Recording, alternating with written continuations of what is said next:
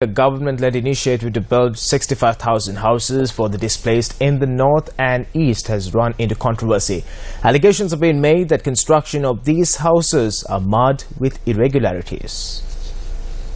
On the 22nd of December, Cabinet granted approval for the 65,000 housing project for internally displaced people of the north and east under the Ministry of Resettlement, Reconstruction and Hindu Religious Affairs. Accordingly, a house under this project will cost 2.1 million rupees. The pilot project houses of this initiative were vested with the public by President Maithripala Sirisena recently. Our President had inspected the houses put up by a French company in Telipale and Kopat. Despite the fact that I might be thought to be negative in my thoughts by the Honorable Minister Swaminathan, even at this last minute, let me say that such houses are not suited for our people. They do not suit our climate, they do not suit our environment, they do not suit our culture, our way of life, and are exorbitantly expensive. During the parliamentary session yesterday, Chief Opposition Whip Anurukumara Dissanayake alleged that the project was marred with discrepancies. Although open tenders were called for this project, it has been reported that the selection process was done in secret and with no transparency, resulting in a massive fraud. What was the process followed to initiate the 65,000 housing project? I have not come across any institute that builds a house for 2.1 million rupees with government funds.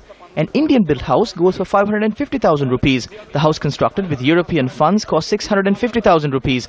This has been estimated for 1.2 million. How did it reach 2.1 million rupees?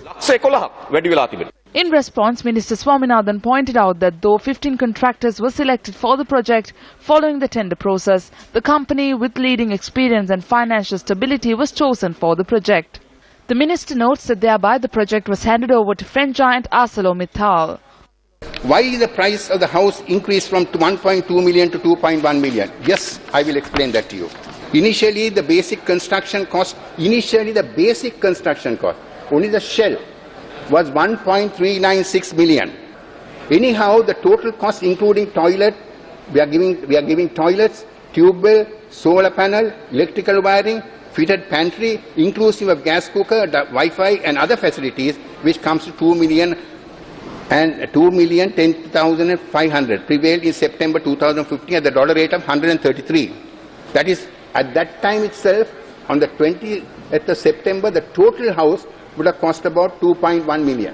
The company, under its corporate social responsibility, is confirmed to provide furniture, beds and other fittings.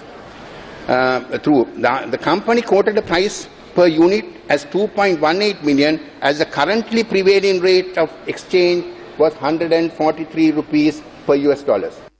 MP Anurukumara Dissanayake claims that if the project is launched, the government will have to bear an additional burden of 65,000 million rupees. MP Sumandiran also commented on the pricing of these houses in Parliament yesterday.